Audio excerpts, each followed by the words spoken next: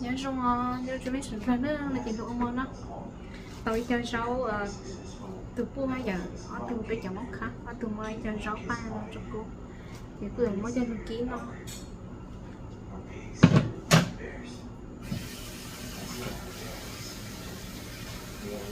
thì là chi rau ha vậy rồi tuột con nó thanh thế câu này lại chỉ ta thì cho rau cho còn bây giờ thật cho nó kiếm cho vậy có thành cho rau nó mà cái tan chừng rồi cái rau nó mà chú nó kỹ hơn rồi cho bọn nó thì cũng mất kỹ tan cho mất trên rồi sử dụng trên hết thì mất kỹ ở tan cho nó cho cái nó trên nó càng kia này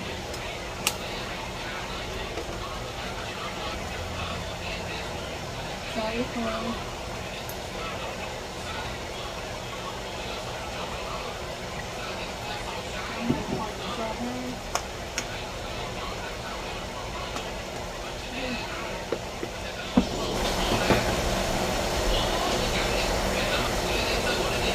trước tiên là để đó mà lớn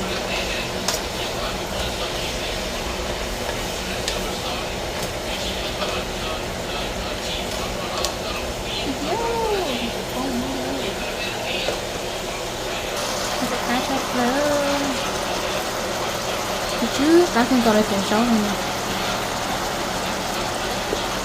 chị sẽ tán bỏ đi thế này giờ nó cũng tôi sẽ nó cũng chỉ tao giống nó đó tới rồi giờ cô ở trường hay giỏi thì mất cũng được sẽ tống nó chứ nhưng tự ta lại chỉ có khi nhiều sống xuống tao sẽ kể cái chuyện chuyện này sống nó đâu kia ta là đâu sống là đâu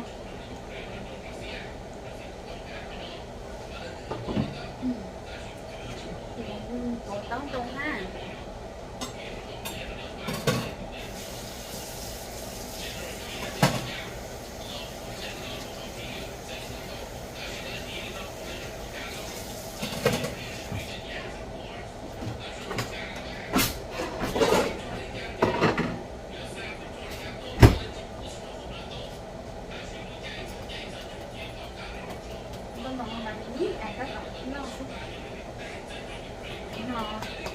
nó chỉ đi thì rất khó khăn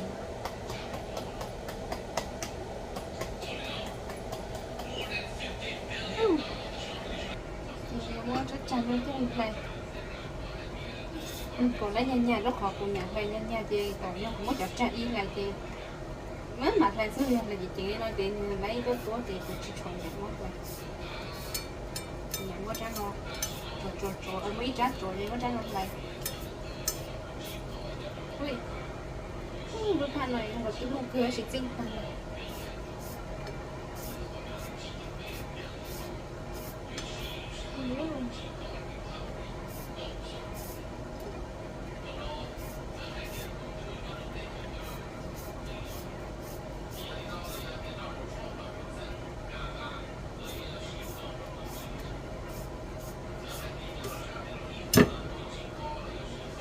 thì cũng có những cái khoa phải kỹ hơn nữa, sau đó tận dụng những cái đó cái gì sản sản nó chừng có của hai chị cũng là nó qua ha phải thôi cho phải su luôn nó mới có số để cho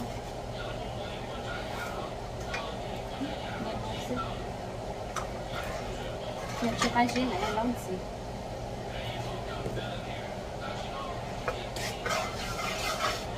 mỗi kỳ của nó rất là thì mà em cho cái cho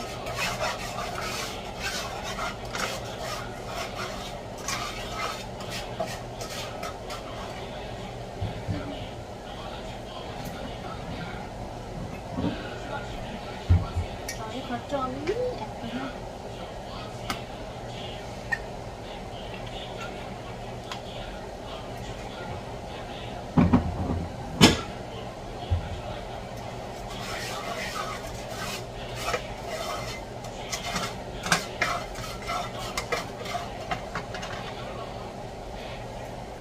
mình cũng có này luôn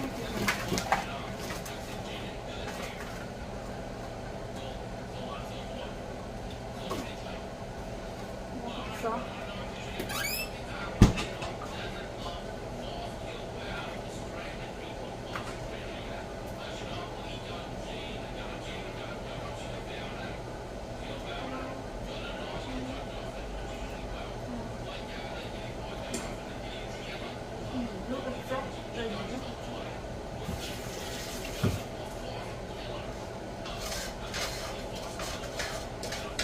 ô thì nó mới sẽ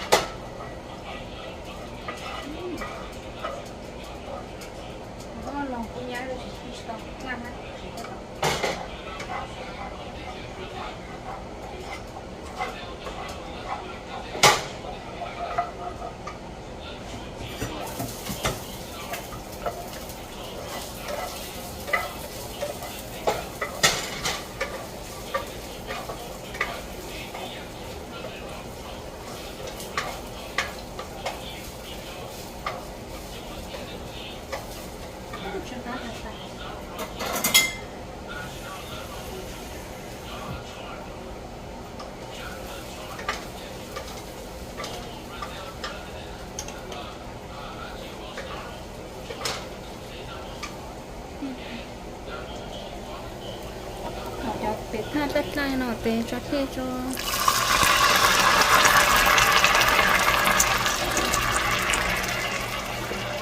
để nó để lại cho chế đó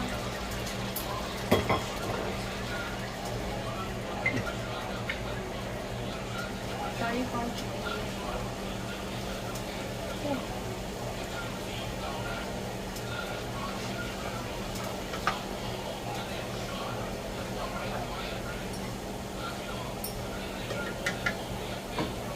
trái hoa chị trái hoa rồi đi cho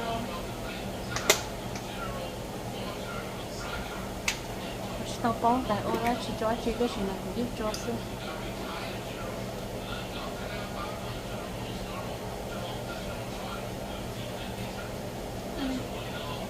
cho hoa ở cái sân ai ít tiền chứ trái hoa tao mua tao nhập cho okay. Tao nói tao black soy sauce là tự gió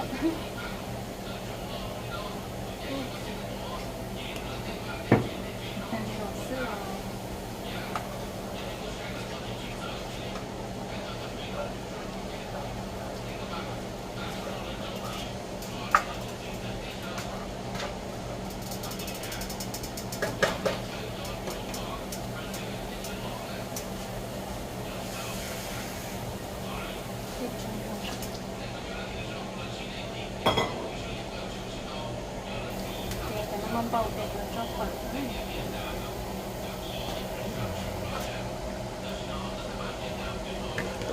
này cũng cho cái này sai sự cả nó cũng cho đây này là có cả khi thế đấy nó thì một trong mấy bé nó chỉ cho này cả nó mỗi cái không có xí mấy nhà của cái chú là xí mấy nhà của thì mấy mà trâu xí là xí mấy trâu cho black soy sauce trong cho biết rõ kia hả? biết rõ ấy, sao? Nó cứ tốt cho. Sao cái cho Nó có cái tay này thế.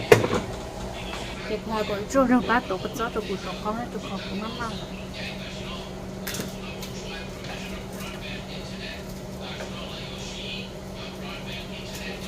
Cái này cái nào rõ chưa? Không có phải chỗ TV nhé.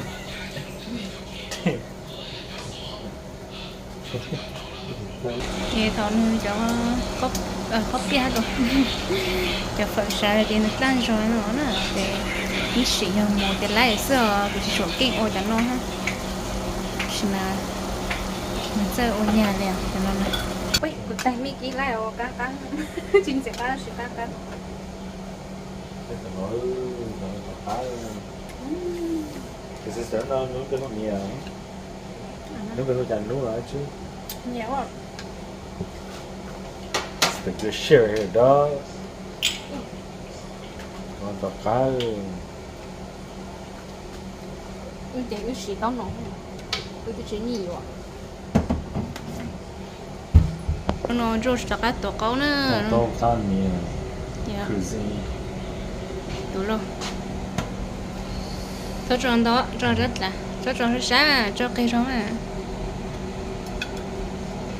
nó ừ cái gì ít con in rát là gì ok oh shit ok lấy con cho cái cho con này cho nè cá gì câu cho tôi xí này nó cái gì cho chế no cho chế rồi cho mắt nào ha có gió ha cây tông tông mì mì ấy xin chuyện mì ấy phải chỉ tự sống nó còn lần đầu nó chỉ ta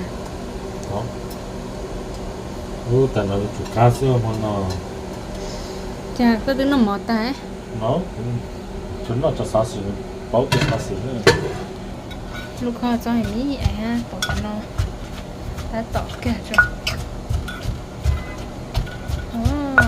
cái tạt ta nhưng mà của nhìn rõ sao hả ô chỉ cái tạt ta rồi ta câu lại ta câu ấy tôi mà cá cho xử lý lại ở bữa cá sắp lên cho ấy cho cô bạn để cho sự kiện này cô chỉ chốt nên luôn hết chỉ chốt đúng hết thì ta câu mì kia mà cá cơ cho các cái gì thì ta tọt cái gì tại rau kia nó mà rau là đặt ăn năm bữa ý nữa họ trong tàu chụp bù ha giỏi từ chỉ mua đi cho rau trữ nó ha cho xứ nó là cứ giỏi từ mua ha cái gì cá sắp là trữ nó mò kia nữa. You guys gotta try this out. This shit is bomb. You guys gotta try this out. Shit is bomb.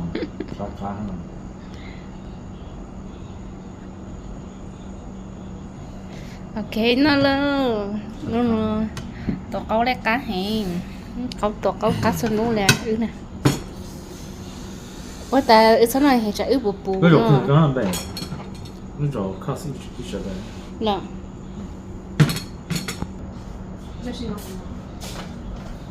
no我怎么了就先让哟 sorry 那是我弄的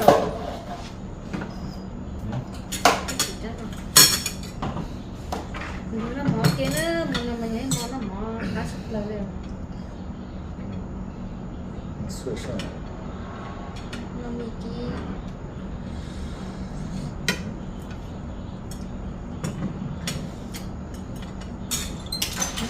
我那点của nhà nó mi kia dù rót lòng dù ai có tổ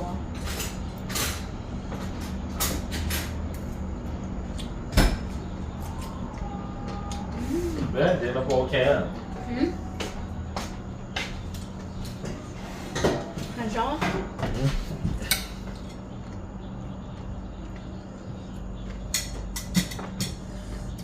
có phải để chỉ tóm nó luôn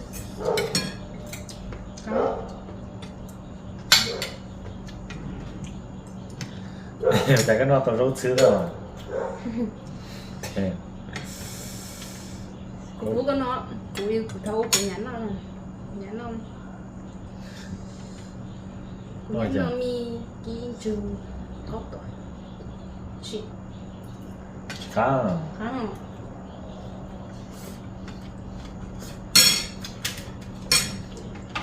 nó gì móc lá à no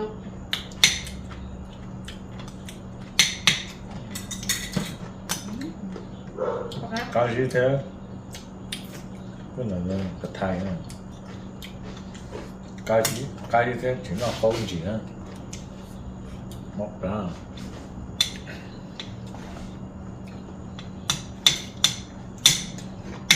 Cái gì bọc cắm à? Cá. À đó.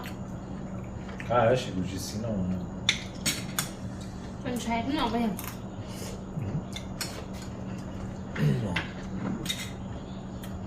Là cái nó tôi cũng tính ra khó hơn. Cái nó có rất khử chả biết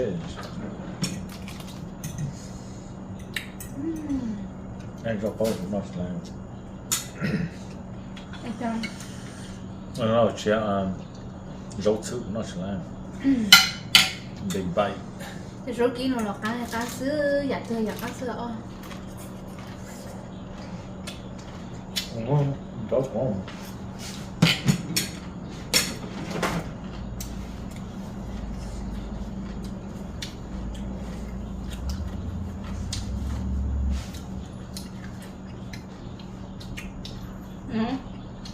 Có một cái này cậu rất là tuyệt.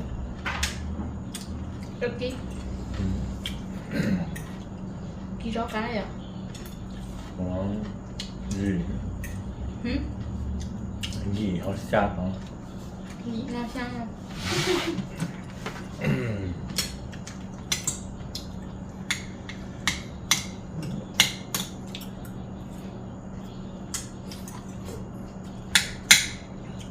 Mình rõ mắt cho nó.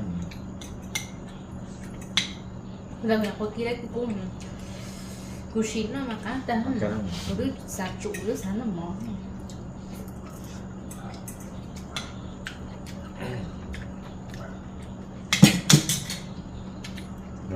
Cũng nhắm nó chẳng cái nó cao trọn dùng dầu trong cái gọi là trọn dầu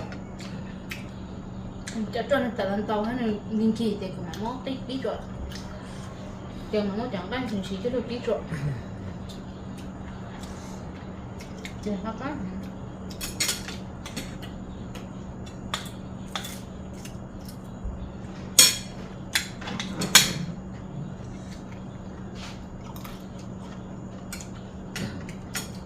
cái khó ở chỗ đó mà chẳng mấy tàn rồi tao nó rong mà cắt rồi Không có sao. nhẫn nó bánh nồi nó không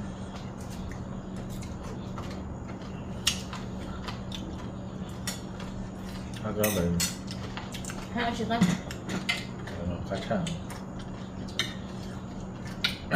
Nó ta kiểu thả nó lấy của cái đó cũng sai mà. Nó ta kiểu nó từ từ giờ. nói cho mình muốn nha Thôi gọi chúng đúng không? Nó cũng nó khác. Không nói gì. Đây kia của cái nó cũng nó lì à. Nó sẽ rất trời. Xin chào.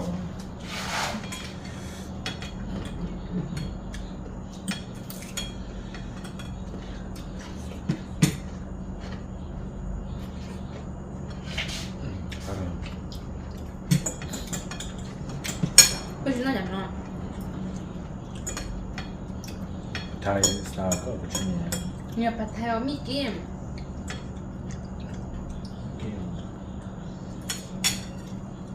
Cá gì à? Đúng không? không gì đâu Có thai cá gì cá không? tròn bánh kệ như ai Nó không biết đâu cá. nào không có nhà sợ rồi không biết cũng chỉ nó chạy Nó xem. Nó rồi. Nằm ngay nữa.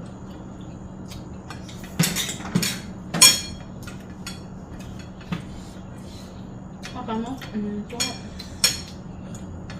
Không. Nếu có gió này I like it. Don't know how. nó từ sáng tao cho sao sang chèn mà lấy mua từ cùng hắn từ Facebook sau rồi hồi cho comment á ấy mấy xài vô rồi mấy mày đi xong tặng Thì nó có té à? Nó thì nó có thế này. nó có té Nó cũng chỉ mua chẳng nó hạn thật là có thế này. cũng chỉ mua như là ngày sáng tôi cho xí xứ cho họ nó cứ thì nhá nó có chuyện cứ sai rồi thì cứ sai tôi cho xí xứ thì cứ nhà thân cầu lên để nó từ nhà thì bao sáng gan hả cả ta cần cầu nếu cho nó cho mẹ lúc xưa mẹ sai sự cầu cần nó ước chuyện nó mà để nữa để bên mà này xin chỉ lột lại kịp sát tận đây nó bye bye So guys, Shinji Doan. à